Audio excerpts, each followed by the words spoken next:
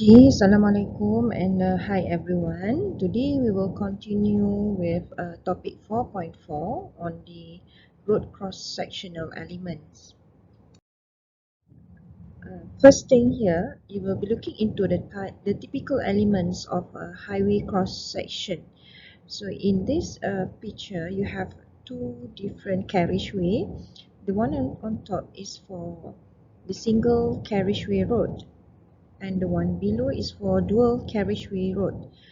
The difference between the two is that if you can see here, there are actually difference in terms of the carriageway, the number of carriageway. So for this one, there is only one carriageway, which is single.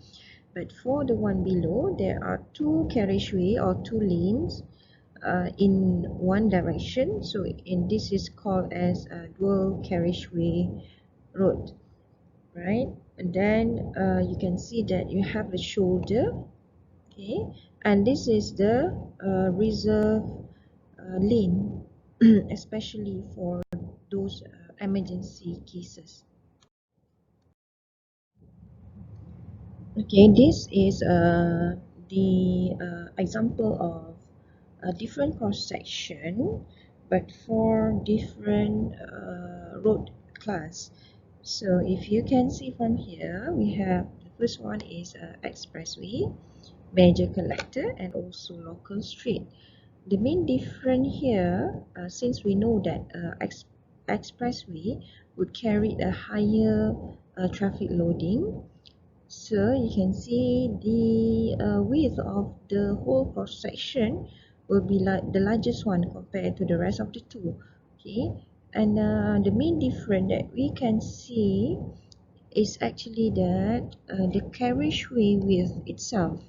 So the carriageway for expressway, it is quite large in number. We have 7 meter, but for this major collector, we have 3.25 for one lane and another 3.25 for another lane. Whereas for local street, it is smaller, 2.75 for one lane and another 2.75 for another lane. And the whole cross section, you can see here, it is smaller in terms of the width.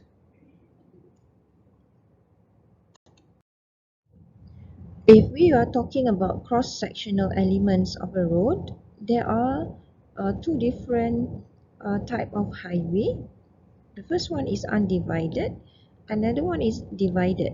So when we talk about divided, there must be a median at the center where the opposing direction of traffic flow will not be allowed to enter the oncoming flow direction, right? But if it is for undivided highway, there will be no median at the center. Means that anytime the vehicle can just cross over to the opposite lane. Okay, and the other elements that both undivided and divided highway have would be the roadside barrier, the curbs, or it is also spelled as curb, right? And then you have the gutters, okay, and you have the guardrail, sidewalks, depend on the road types, okay.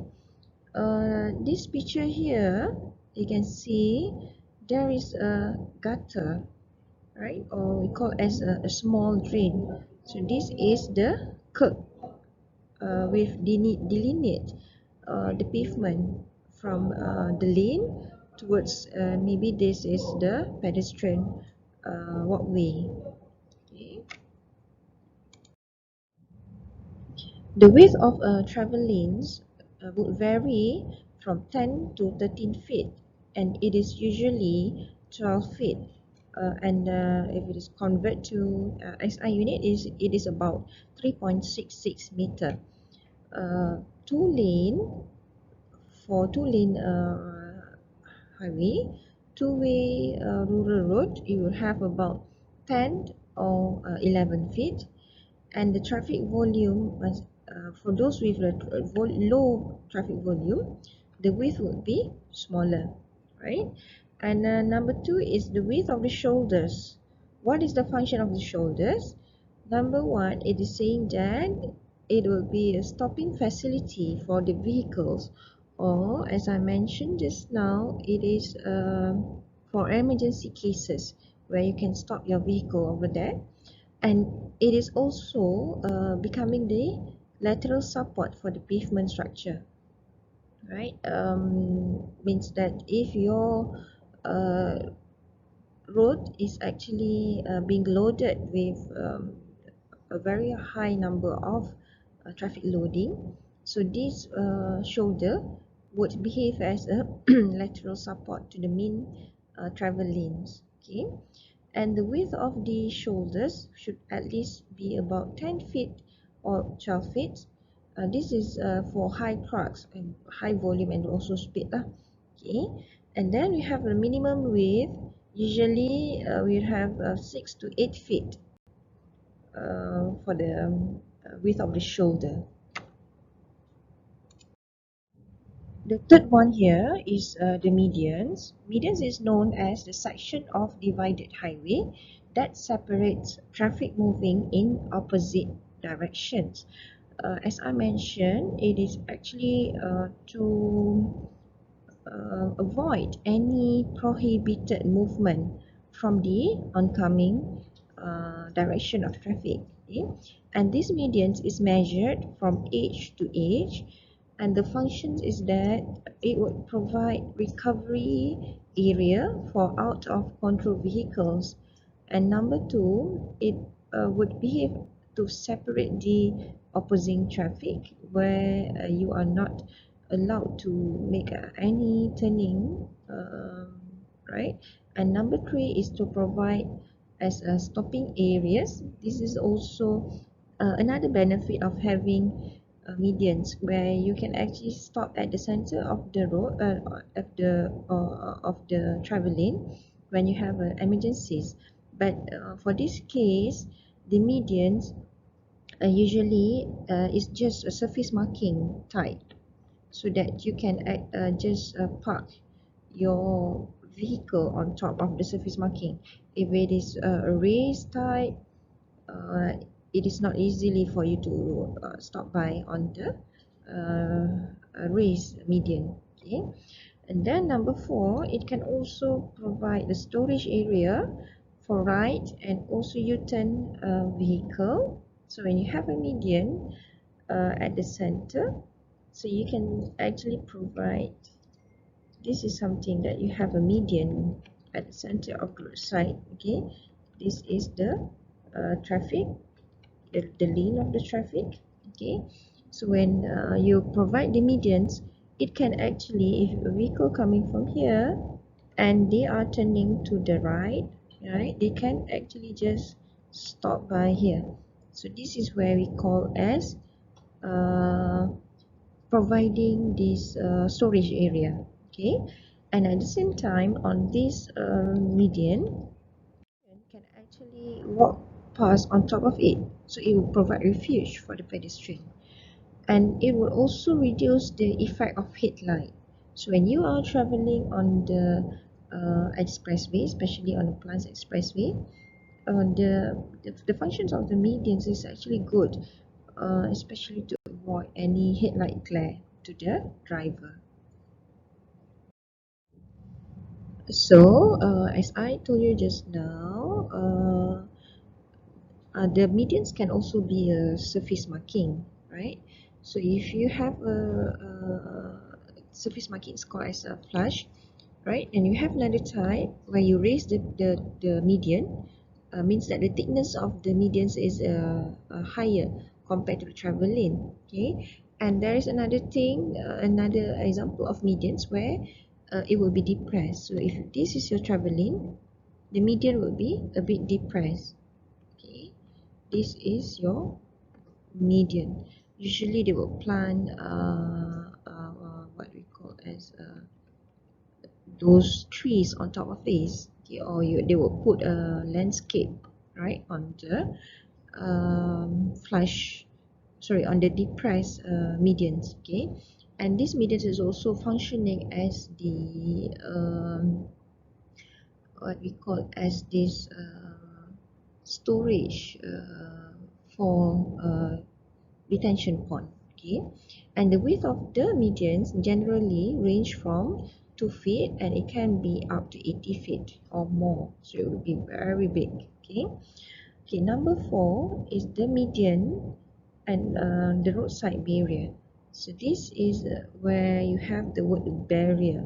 So barrier, it must be raised up, it must be high in terms of the dimension. Alright, it must be tall in terms of the dimension. Because of what? When it is called as barrier, it is actually to avoid any prohibited movement, right? So if it is median barrier, it will provide protection for vehicle to enter the opposite direction. And if it is a roadside barrier, it protects vehicles from crashing onto hazards along the side of the road. This is especially when you have somewhere at the mountainous area, right? So you are when you are traveling on the uphill, they will provide this roadside barrier so that you would the vehicle won't actually crash onto the downstream area. Okay, this barrier, okay, if you have a traveling in one direction, so the barrier would be raised up. So this is the barrier, and you have another barrier at the side of the road.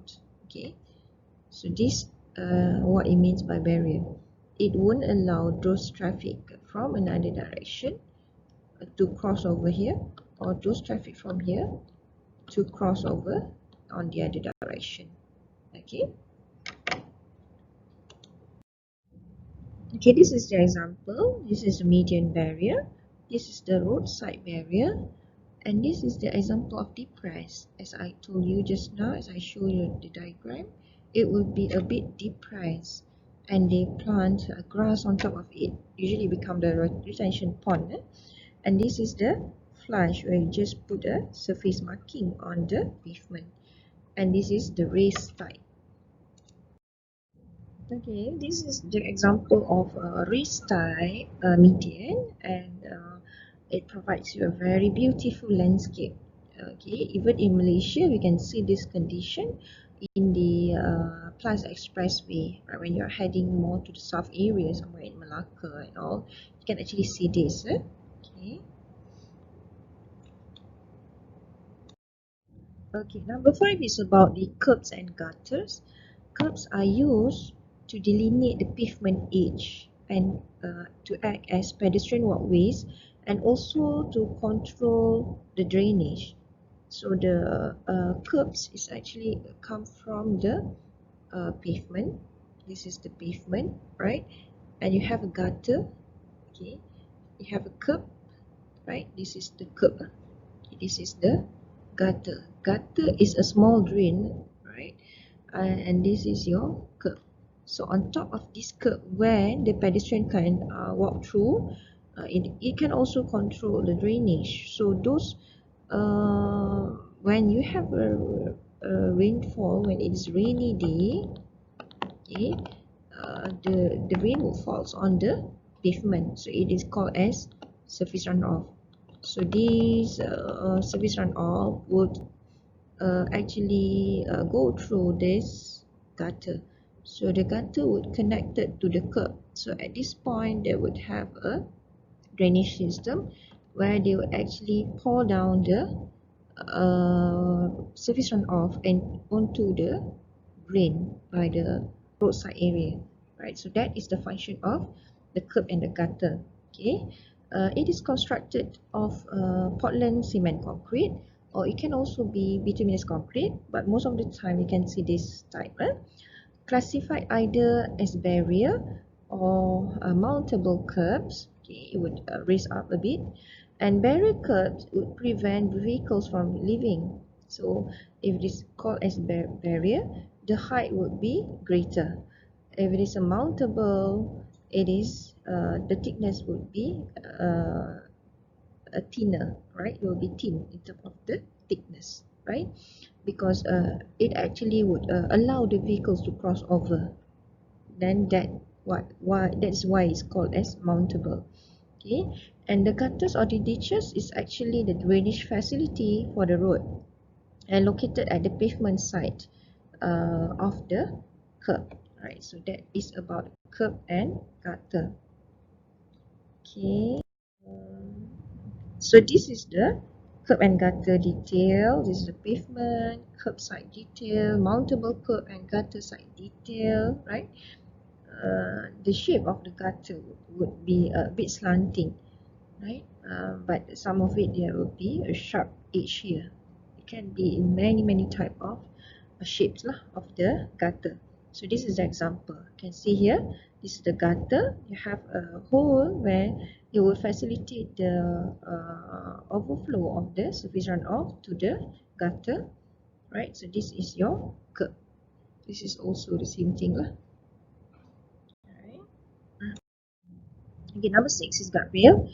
It is used to prevent errant vehicles from leaving the roadbed at sharp horizontal curve and at high embankments. So usually it is at the mountainous road area. It is placed at embankments with height greater than 8 feet. Okay. Number 7 is the sidewalks.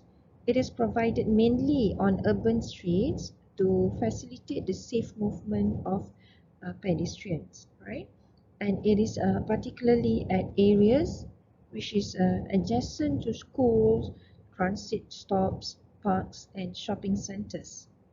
Okay, this is to provide a refuge for the pedestrian, where we know that at this location there are many people would cross over the roadside, right? And the minimum width of this sidewalk would be 4 feet, usually in the residential area, and it can go up to 8 feet. Right? So this is the guardrail, and this is the most common that we can see in Malaysia. And this is another example of guardrail where they use a cable barrier. Right, so what is the main function of the guardrail actually? If you can see, if any accident happen on the roadside, right, the guardrail would actually, when the car hit this guardrail, it would actually bounce back to uh, the lane itself, right, to the travel lane itself. Okay, but in some cases, when your guardrail is weak in terms of maybe the material that you use, okay, uh, it would actually create a pocket, right?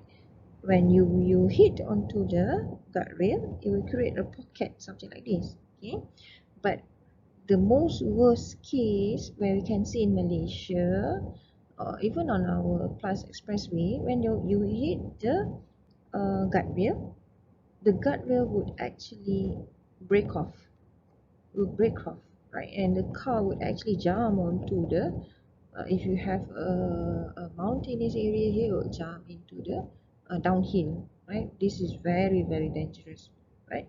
It's supposed to actually bounce back the vehicle, or another or better than fall down, it is actually to create a pocket area, right, rather than the vehicle will fall onto the downhill, right? Number 8 is the cross slopes or the chamber. This cross slope or chamber, it is provided on the lane, right, on the lane, travel lane. Okay, so you have a travel lane here. This is your chambering. Okay, chambering, it is actually to facilitate the drainage of surface water. So as I draw previously, you have a rainy day. This rain will falls on the pavement. It's called as surface runoff. So when you have this cross slope or chamber, it will facilitate the runoff to the roadside. Okay, two-lane and multi-lane highway without medians are sloped from middle downward to both sides. So this is what I draw lah.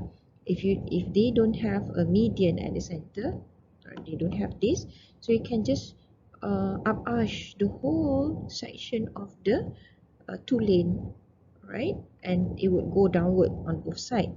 But if it is a divided highway, you should crown the pavement in each direction or by sloping the entire pavement in one direction. So let's say you have this median in the center, right? You can actually do it like this. Okay, this is what we call as crown on each direction. So this is going to north, this is coming from south, for example. Okay, when you have a median, you can crown in both direction. Or another example where they do, you have this median at the center. They said that you can slope the entire pavement in one direction. So maybe you can just do like that, right? This is those going to north, this is coming from south. So you'll just do this sloping the whole pavement into one direction, right? And H2 recommends that 1.5 to 2% for high type of pavement, the gradient, 1.5 to 3% of intermediate type pavement, 2 to 6 for low type of pavements. Okay.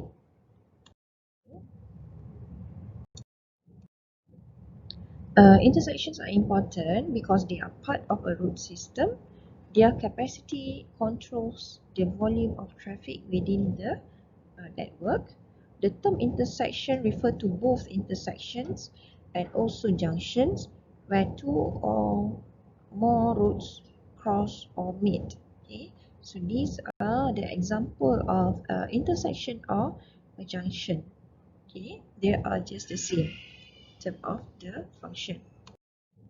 Uh, when you are actually crossing an intersection, you will actually encounter there are conflicts, right?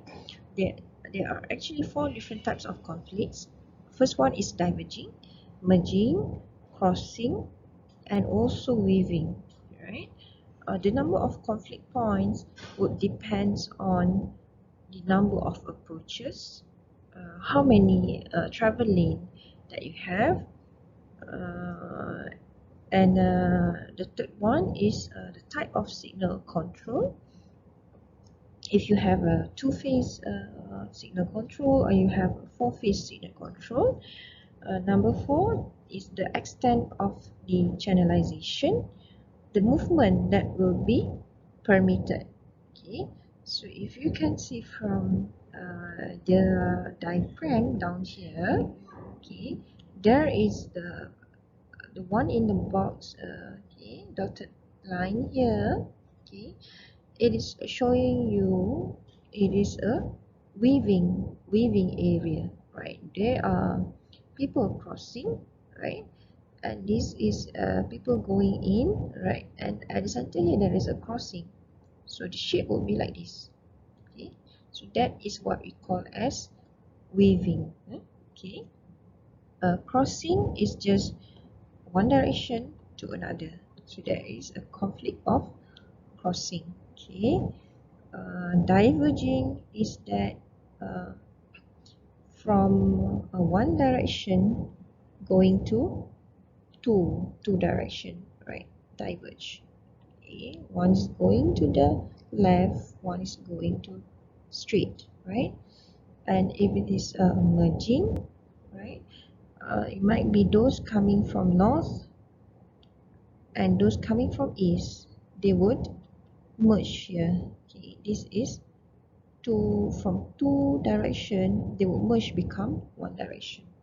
Okay, so those are the conflict points lah. Right. Okay, this is an example: diverging and merging conflicts. Right, diverging is one those with the whole bold color, bold black color right here. They are diverge, going out into two separated movement. Okay, Merging is where there are two opposite direction that will merge together at one point here. So that's what it means by merging, right? Conflict as for the intersection, you can see here there are lots of conflicts when you don't provide any traffic control devices at the center here. So if you total up them, they will have 32 conflicts altogether. Okay. Type of conflicts. Geometric design of transportation facilities must provide for the resolution of traffic conflict. Okay, we know that merging, diverging, weaving, and crossing. Right. So these are the terms to define each and every of them, as we discussed earlier. Okay, this is the diagram again showing you the merging movement. They will combine into one flow. Diverging from one flow will be separated into two, and this is the weaving conflicts, and this is the crossing conflicts. Right, these are the also the example that are showing you the weaving areas, right? So weaving usually happens at those highway or roadway with more than two lanes, especially. Okay, for example, you have four lanes here, right? This is also another four lanes, right? Where people will cross, right, from two diverse road, they will combine into one, right? And suddenly at the end here, they would diverge into two direction. Okay, so here from two different road, they will merge, right? And then they go straight, they would diverge again. So this is where you can see a weaving conflict, right? Three ways to reduce the conflict. One is a time sharing solution. It is by providing traffic signal control, signalized intersection, where you give right of way to particular movements for particular times. And you can also provide space sharing solutions where you can put the roundabout, or we call as traffic circles or rotary. So the conflicts is converted into weaving conflicts, right? Cross conflicts converts into weaving conflicts. And another thing, you can actually provide flyover, or another term is, or the proper term we use is a grade separated intersection. Right? One of the some of the direction would be actually flow through, or it would be eliminated by providing an elevated highway.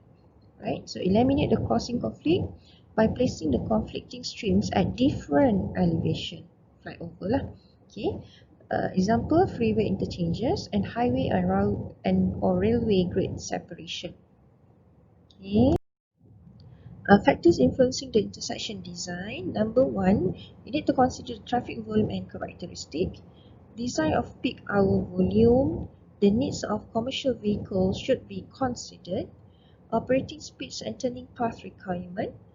Type of traffic control. Pedestrian and also buses requirement. Right. Number two, you need to consider the factor of topography and environment. Alignment and grade of approach roads, need for drainage, extent of interference with public utilities or proper access. Okay, number three is economy. Variation should be justified by commensurate benefit to traffic. Then number four is about these human factors. Drivers tend to act according to habit, tend to follow natural path of movement, and may become confused when surprised.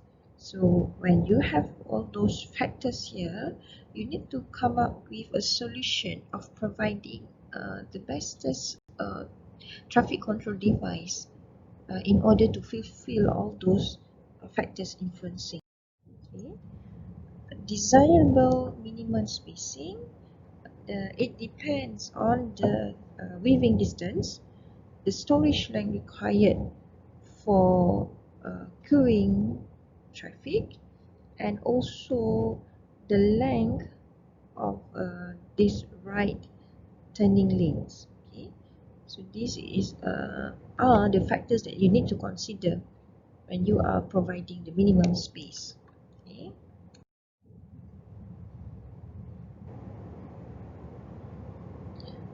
This is the table where they show you the desirable minimum spacing of intersection, right?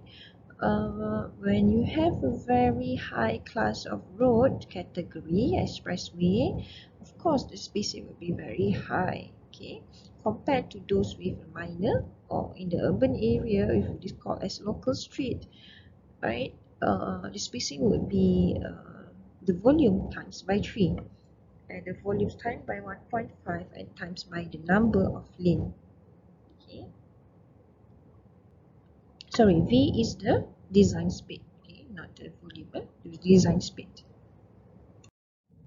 Okay, the type of intersection, one is at grade intersection. This is what I mentioned, it is at the same level.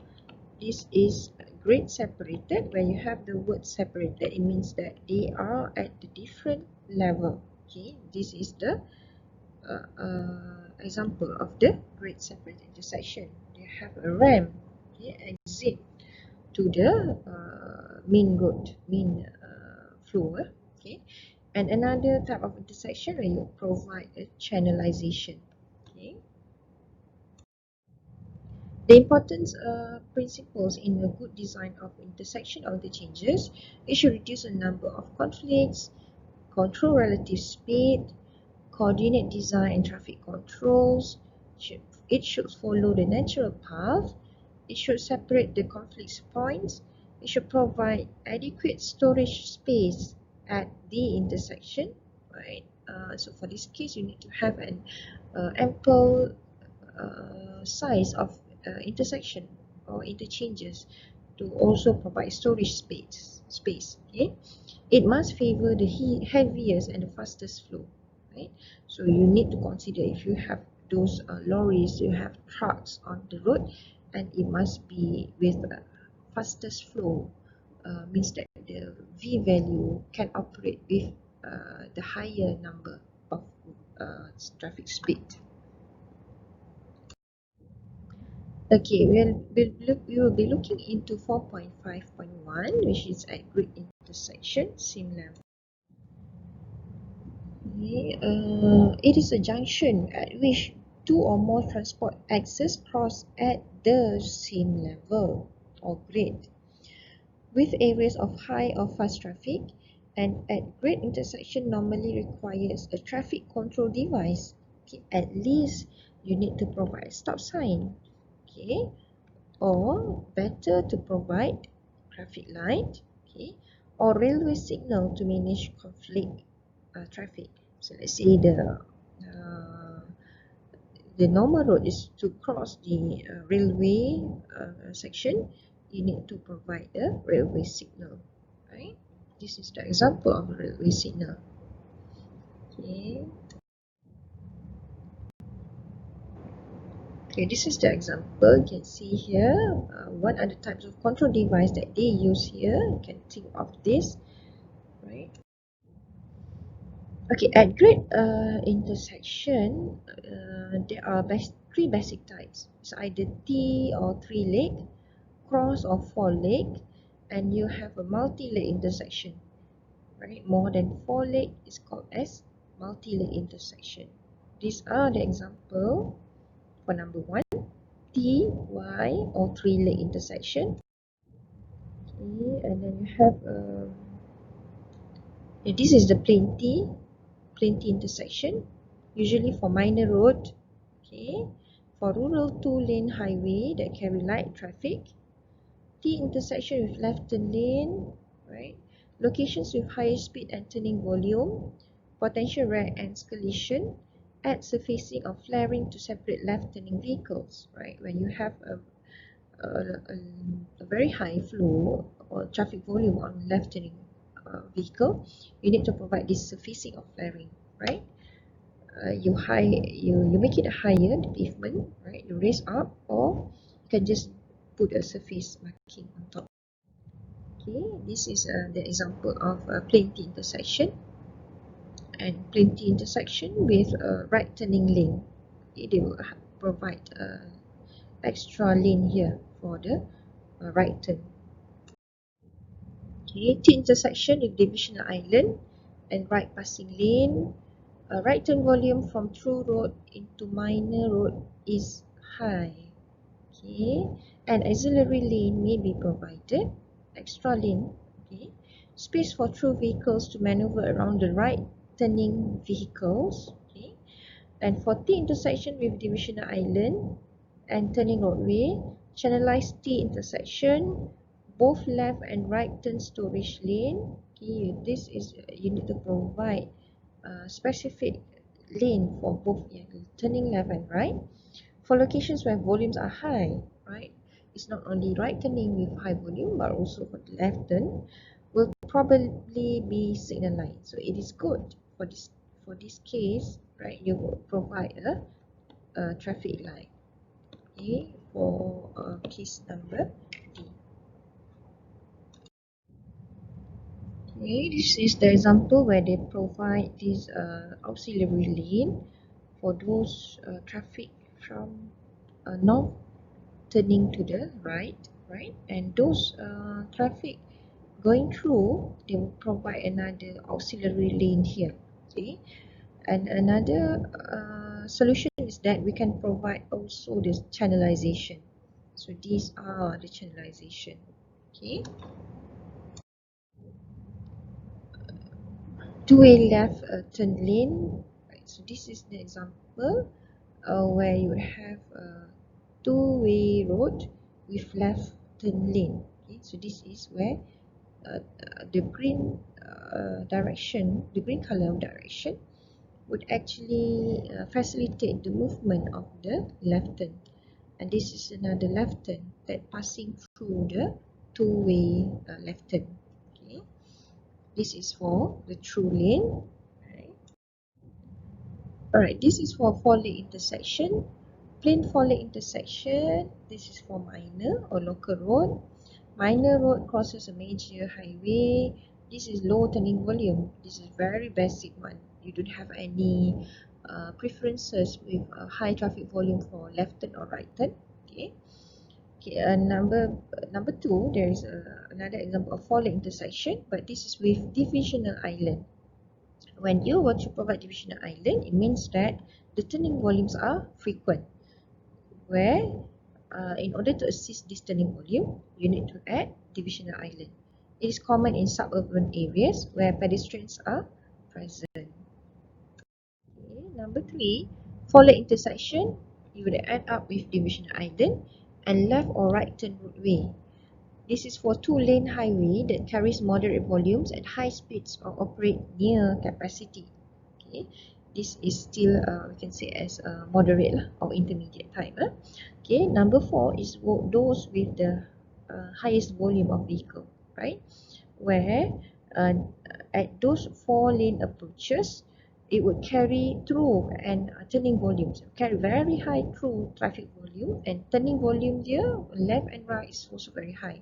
So what you should do, usually we put signalize, right? At the same time, you can also put a channel, okay? And it is advised to put a traffic signal at that point. Okay, this is very plain one.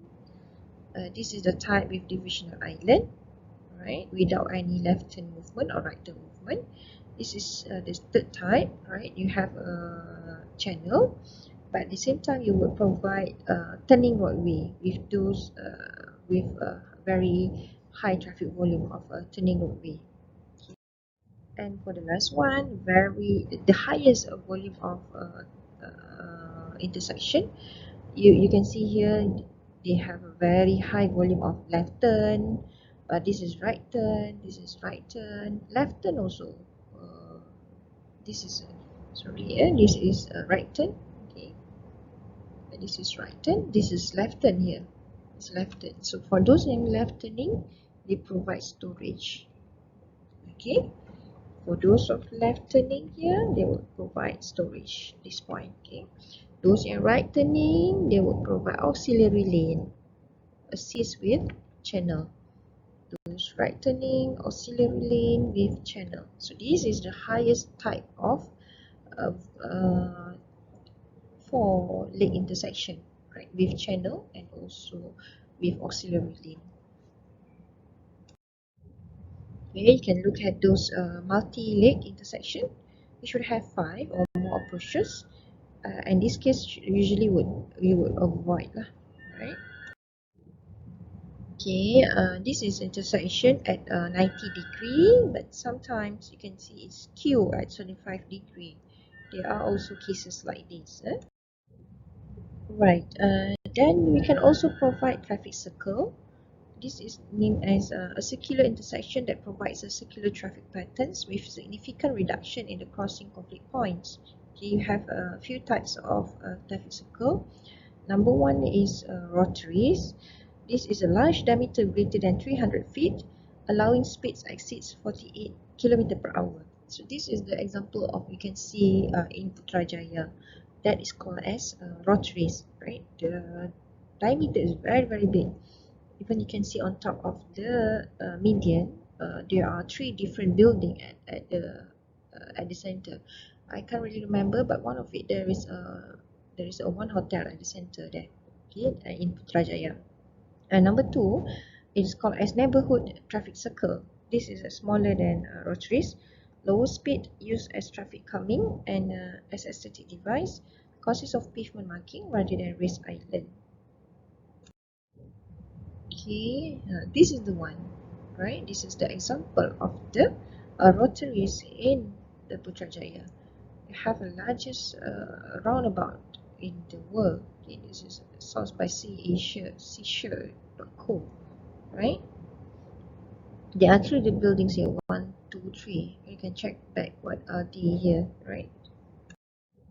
Roundabout, the smallest one, have specific characteristic, yield control at each approach, separation of conflicting traffic movement by pavement markings or raised islands, allow travel speed of less than 48 km per hour.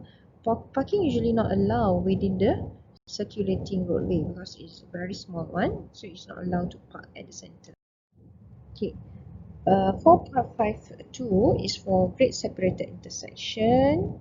Right, we'll be looking into this elevation. Right, they are junction of 2 or more transport axes at different heights, different grade. Okay, to avoid disrupting the traffic flow on other transit roads when they cross each other, it's also known as interchange. Right, interchange, they must have a ramp, exit. Okay, ramps. Okay. Types of separation is either overpass, it can also be underpass. Right, so this is overpass, this is underpass. This is another example. This is even a three layer of grade separation. 1, 2, 3, right? Okay, this is also definition. The purpose is to permit cross flow at different levels without interruption, eliminate bottlenecks because of higher volume of traffic, prevent accident, and also reduce delays. Right, high capacity start interchange between interstates 105 and 110 in Los Angeles, California. It's very high. They would put this what I call as interchange on top of this. You know how many layers already here, right? And there are a few types of interchanges, right? It's depending on the shape. Okay, number 1 is a diamond shape. This is clover leaf, right? The shape of a leaf, right? Named as a clover leaf, and this is shape of trumpet. Okay, you can see this in Malaysia, right? Even in Malaysia, you can have you might have this. Trumpet is the most that you can see. Okay, diamond also lah. Okay, grade separated with ramps. Okay, 3 or trumpet type, diamond type, clover leaf, braided, right? Braided type, turban type. Okay, something that's quite rare, right? Okay, this is trumpet example in Netherlands.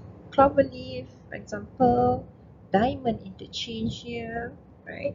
Cloverleaf even in somewhere in Sepang in KLIA, there you can see this very nice example of cloverleaf interchange. Okay, I think that is all for today's session on interchanges. Right? Thank you for your attention.